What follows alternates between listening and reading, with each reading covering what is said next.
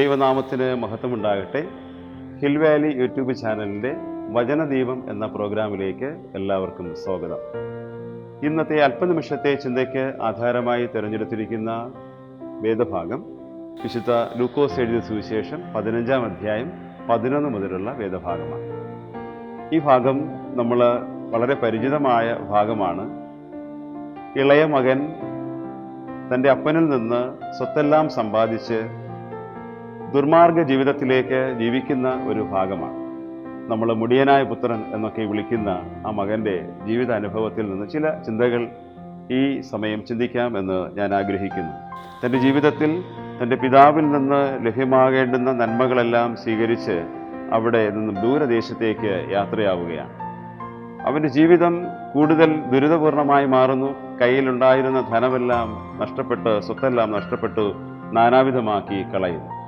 അതിനുശേഷം പന്നി തിന്നുന്ന വാളവര കൊണ്ട് വയറ് നിറപ്പാനായിട്ട് അവൻ ആഗ്രഹിച്ചു. എങ്കിലും അവന് അതൊന്നും ലഭിക്കാതെ നിരാശനായി വേദനയോടെ കഴിയുമ്പോൾ അവൻ 3 കാര്യങ്ങളാണ് അവൻ്റെ ജീവിതത്തിൽ തീരുമാനിക്കുന്നത്. 15-ാം അധ്യായം 8-ാമത്തെ വാക്യത്തിലേക്ക് വരുമ്പോൾ 3 കാര്യങ്ങൾ അവിടെ വ്യക്തമായി പറയുന്നു. ഞാൻ എഴുന്നേറ്റ് അപ്പൻ്റെ അടുക്കൽ ചെന്ന് അവനോട്, അപ്പാ, ഞാൻ സ്വർഗത്തോടും നിന്നോടും പാപം ചെയ്തിരിക്കുന്നു.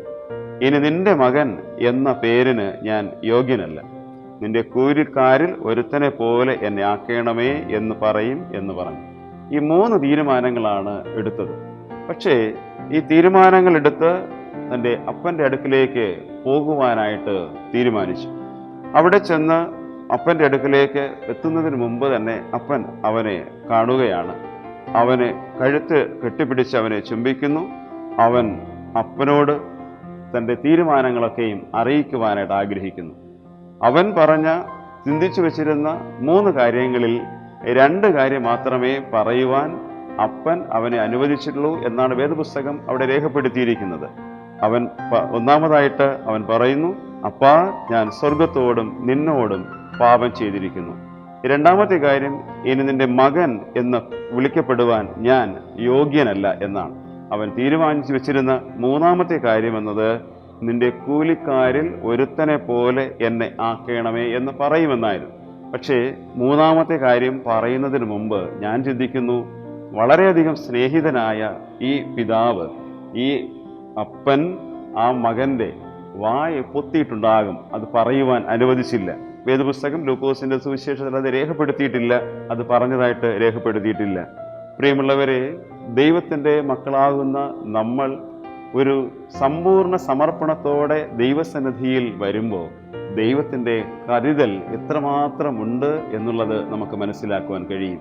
നമ്മുടെ പൂർണ്ണമായ ഒരു സമർപ്പണം സകലതും നഷ്ടപ്പെടുത്തി തൻ്റെ ജീവിതത്തിൽ നിരാശയുടെ പടുകുഴിയിലേക്ക് പോയപ്പോൾ ദൈവം അവനെ തിരികെ കൊണ്ടുവന്ന് ദൈവത്തിൻ്റെ ഒരു മകനായി രൂപാന്തരപ്പെടുത്തി നിർത്തിയപ്പോൾ അവനെ തീരുമാനിച്ച എല്ലാ കാര്യങ്ങളും പറയുന്നതിന് മുമ്പ് തന്നെ അവനെ സ്നേഹിച്ച് മാറോടണച്ച ഒരു വലിയൊരു ദൈവിക സ്നേഹമുണ്ട്.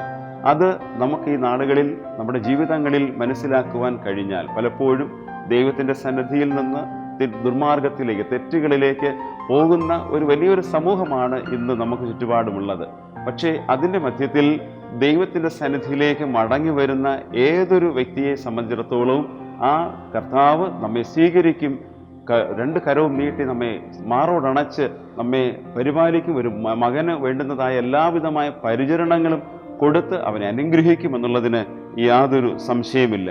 അവനെ മാറോടണച്ച് സ്നേഹിക്കുവാൻ കർത്താവ് കൂടെയുണ്ട്. അതുകൊണ്ട് ഈ വചനം കേൾക്കുന്ന സകലരുടെ ജീവിത പ്രവർത്തനങ്ങളിലും എവിടെയെങ്കിലും ദൈവത്തിൻ്റെ സന്നിധിയിൽ നിന്ന് അന്യപ്പെട്ടു പോയി വളരെ ദുർമാർഗത്തിൻ്റെ വഴികളിൽ ആയിപ്പോയിട്ടുണ്ടെങ്കിൽ ദൈവത്തിൻ്റെ സന്നിധിയിലേക്ക് മടങ്ങി വരുന്ന സമയം ആ കർത്താവ് മാറോടണയ്ക്കും, സ്നേഹിക്കും എന്നുള്ളതിൽ യാതൊരു സംശയമില്ല. ഒരു സമ്പൂർണമായ സമർപ്പണം, കംപ്ലീറ്റ് സബ്മിഷനാണ് ദൈവം നമ്മിൽ നിന്ന് ആഗ്രഹിക്കുന്നത്. ഈ ലോകത്തിൻ്റെ ദുർമാർഗങ്ങളിലേക്ക് വഴുതി പോകുന്ന ഒരു വലിയൊരു സമൂഹം ഇന്ന് നമ്മുടെ ചുറ്റുപാടും ഈ ലോകത്തിൽ നമുക്ക് കാണുവാൻ കഴിയും. പലതരത്തിൽ, പല മേഖലകളിൽ. അവിടെയെല്ലാം കർത്താവ് പറയുന്നു, ആരാണ് ക്രിസ്തുവിലേക്ക് കടന്നു വരുവാൻ തീരുമാനിക്കുന്നത്, അവൻ്റെ ജീവിതത്തിൽ കർത്താവ് അനുദിനം കൂടെയിരുന്ന് അവനെ അനുഗ്രഹിച്ച് സ്നേഹിക്കും, ദീർഘനാളുകൾ നന്മകൾ നൽകും. അങ്ങനെ ഈ ഇളയ മകന് അവന് വേണ്ടുന്നതായ എല്ലാ നന്മകളും കൊടുക്കുന്നു. 22-ാമത്തെ വാക്യത്തിലേക്ക്, അപ്പൻ തൻ്റെ ദാസന്മാരോട്, വേഗം മേൽത്തരമായ അങ്കി കൊണ്ടുവന്ന് ഇവനെ ധരിപ്പിപ്പിൻ, ഇവൻ്റെ കൈക്ക് മോതിരവും കാലിന് ചെരുപ്പും ഇടുവിപ്പിൻ എന്ന് പറയും. അവിടെ ഈ മകൻ്റെ തിരിച്ചുവരവിൽ സന്തോഷിക്കുന്ന ഈ കുടുംബം ആ മകന് വേണ്ടുന്നതായ പുതിയ അനുഗ്രഹങ്ങൾ കൊടുക്കുന്നതാണ് കാണുന്നത്. അതുകൊണ്ട് ഈ ലോകപരമായി നമ്മളെല്ലാവരും ദൈവസന്നിധിയിൽ നിന്ന് അന്യപ്പെട്ടു പോകുന്നവരാണ്, പലതരത്തിൽ തിന്മപ്രവൃത്തികൾ ചെയ്യുന്നവരാണ്. എങ്കിലും ദൈവസന്നിധിയിലേക്ക് വരുന്ന ഏതൊരു മനുഷ്യനെയും പുതിയ അനുഗ്രഹങ്ങൾ നൽകി സ്വീകരിക്കുന്ന കർത്താവ് നമുക്കുണ്ട്. ആ കർത്താവിൻ്റെ സന്നിധിയിലേക്ക് വരുവാൻ എല്ലാവരെയും ഈ സമയം ഞാൻ ആഹ്വാനം ചെയ്തുകൊണ്ട് ദൈവവചനത്തിൽ നിന്ന് വിരമിക്കുന്നു. ദൈവം നമ്മേവരെയും അനുഗ്രഹിക്കട്ടെ. ആമേൻ. പ്രാർത്ഥിക്കുകയാണ്. കൃപയുടെ ദൈവമേ, സ്വർഗീയ പിതാവേ, അങ്ങ് ഞങ്ങളെ ഓരോ ദിനവും കരുതുകയും പരിപാലിക്കുകയും ചെയ്യുന്നതിനായി സ്തോത്രം. ദൈവസന്നിധിയിൽ നിന്ന് അന്യപ്പെട്ടു പോയ മനുഷ്യനെ ക്രിസ്തുവിൻ്റെ സന്നിധിയിലേക്ക് ചേർക്കുന്ന വലിയ ദൈവമാകയാൽ സ്തോത്രം അർപ്പിക്കുന്നു. ഇന്ന് വചനം കേട്ടൊരുക്കുന്നവരായ പ്രിയമക്കളുടെ മേലും എല്ലാവരുടെ മേലും അങ്ങയുടെ കൃപ പകർന്ന് അനുഗ്രഹിക്കണമേ. ക്രിസ്തയേശു മുഖാന്തരം പ്രാർത്ഥന കേൾക്കണമേ. ആമേൻ.